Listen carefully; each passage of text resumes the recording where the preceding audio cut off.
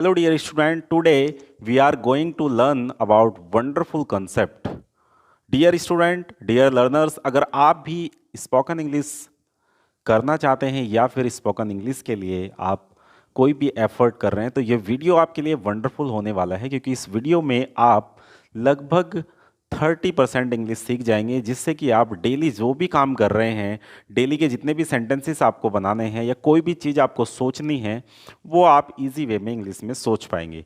इतना इजी हो जाएगा आपके लिए करना कि आप इजी वे में उस चीज़ को कर पाएंगे। कंसेप्ट कौन सा है? Is, am, are, was, were and will be. And dear, ये हम टू बी वर्ब की बात नहीं कर रहे हैं। Whatever you perform in whole day, you just make easy way all the sentences. Suppose that you are doing anything, so you after this video, after watching this video, you able to make the sentence whatever you doing. So let's start the video. Start करते हैं video को कि is, am, are, was, were and will be use कहाँ होता है। आप time phrases के बारे में अगर जानते हैं या नहीं जानते हैं तो समझिए, हम कोई भी काम तीन टाइप से ही करते हैं, जिसमें या तो उस काम को हम अभी करते हैं या फिर उस काम हमने किया था या वो काम हम करेंगे। तो अगर आप बात करते हैं डियर इज, एम, आर की, तो ये प्रेजेंट की बात है कि मैं कोई काम कर रहा हूँ। अगर मैं किसी काम को कर रहा था वो वर आएगा।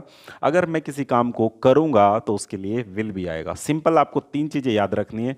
कोई काम मैं कर रहा हूँ, जैसे मैं टीचिंग करा रहा हूँ, आई एम टीचिंग, या फिर मैं पढ़ा रहा हूँ, तो इसका मतलब क्या है कि मैं प्रेजेंट में बात कर रहा हूँ। सो आई एम टीचिंग लगेगा। लेकिन अगर मैं पढ़ा रहा था, आई वॉज टीचिंग, अगर मैं पढ़ा रहा हूँगा तो उसके लिए आएगा आई विल बी टीचिंग।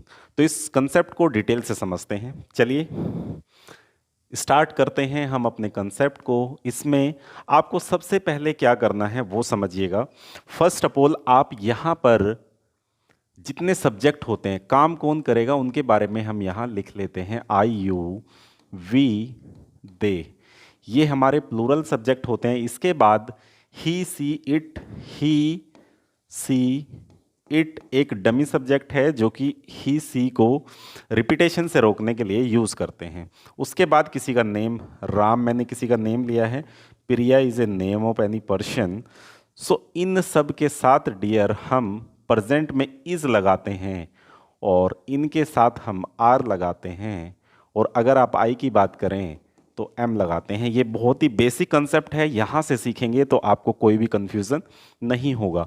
अगर ये वीडियो आपको पसंद आती है तो इस वीडियो को लाइक करिए, चैनल को सब्सक्राइब करके हमें सपोर्ट करिए, ताकि हम आपके लिए डीपली एंड डिटेल से कंसेप्ट की लर्निंग करवा सकें। तो चलिए, आई के साथ एम यूज़ होगा ऑलवेज, और यू, वी, दे के साथ आर यूज़ होगा। ही, सी, इट, राम या प्रिया की बात करते हैं तो उसके साथ में इज़ यूज़ होगा।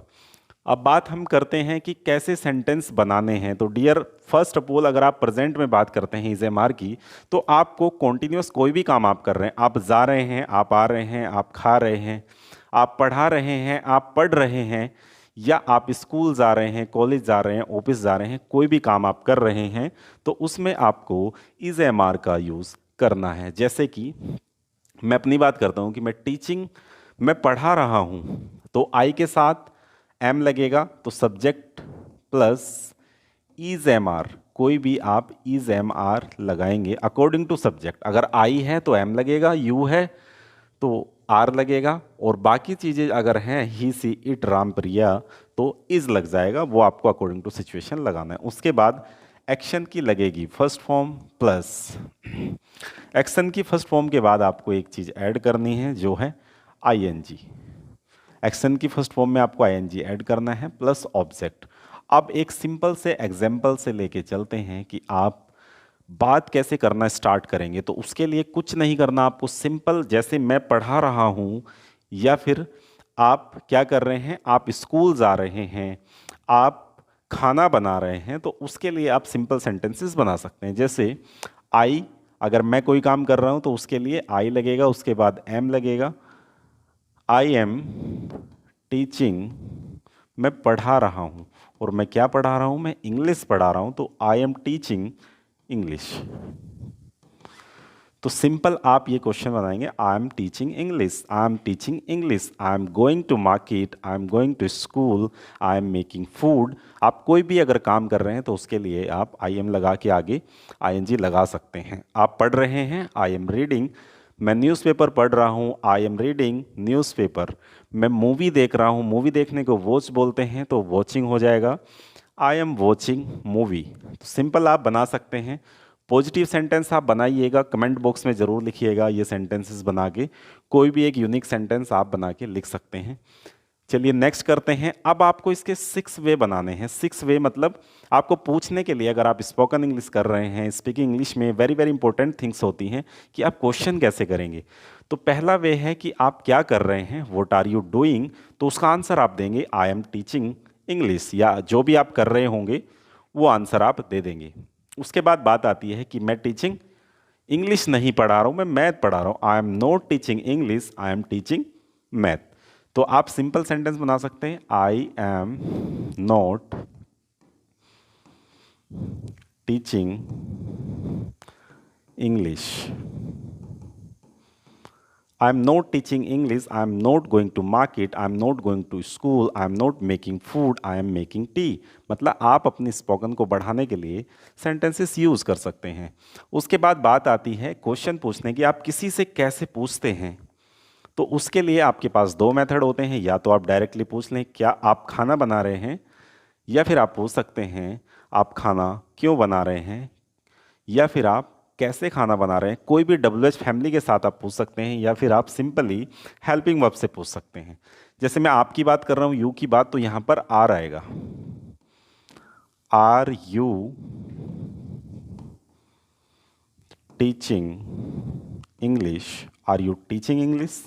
आपका आंसर क्या होगा, अगर आपसे कोई पूछता है आर यू टीचिंग इंग्लिश, या मेरे से कोई पूछता है आर यू टीचिंग इंग्लिश, तो मेरा आंसर होगा yes I am teaching English. But अगर कोई आपसे पूछ रहा है तो आप टीचिंग नहीं कर रहे हैं, आप क्या कर रहे हैं, you are attending the class, you are attending the class. तो आप बोलेंगे I am attending the class. तो अगर आपसे कोई पूछता है कि आर यू टीचिंग इंग्लिश, तो आप बोलेंगे no I am not teaching English, I am learning English, मैं इंग्लिश सीख रहा हूँ।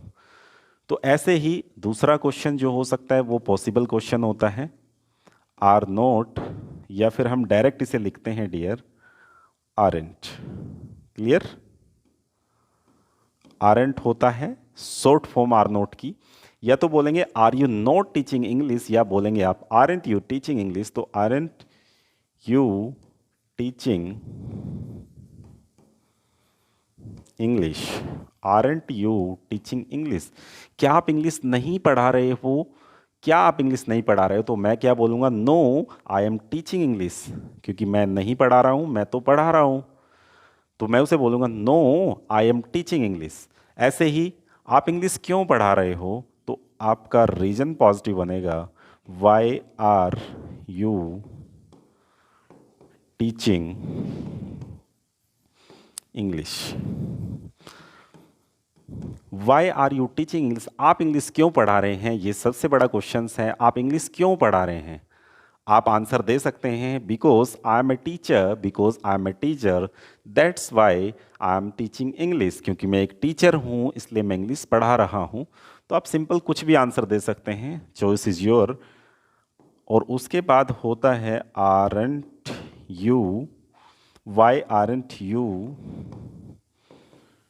Teaching English. आप इंग्लिश क्यों नहीं पढ़ा रहे हैं, ये भी एक क्वेश्चन बनता है। तो ऐसे आपको ये रीज़न पॉजिटिव बोलते हैं, इन्हें इंटेरोगेटिव बोलते हैं, और ये आपका पॉजिटिव एंड नेगेटिव होते हैं। तो आप इसी बेसिस पर एक सेंटेंस के साथ कई सारे सेंटेंसेस बना सकते हैं। जैसे कि अगर हम बात करते हैं, ये प्रेजेंट केसेस में है, जब भी आप प्रेजेंट में बात करते हैं तो बात आती है इज एम आर की। जैसे मैं खाना बना रहा हूँ, I am making food, first वाले सेंटेंस से आप बनाना शुरू करिएगा। English all about the practice game, if you do the practice you can speak easily, but if you don't do practice, so there is a problem in speaking. So first try to speak, whatever comes in your mind, try to speak. Practice करिए जितना ज़्यादा हो सकता है। अगर आप practice करते हैं तो ही आप इस इंग्लिश को सीख पाएंगे, क्योंकि English is your second language. Second language को सीखने के लिए आपको बोलने की प्रैक्टिस करनी पड़ेगी। कुछ चीज़ें आपको अटपटी लग सकती हैं, वियर्ड लग सकती हैं, बट आप उनसे दूर रहिए और उस चीज़ को आप फील मत करिए। आप उसे लाइटली लेके आप इग्नोर कर सकते हैं। इन चीज़ों को इग्नोर करके आप आगे बढ़िए। आप एक ही सेंटेंस को 10 to 15 टाइम्स आप स्पीक करिए, और दूसरी चीज़ों को जो भी एक्शंस आप करते हैं, इससे आपका होगा थॉट प्रोसेस चेंज।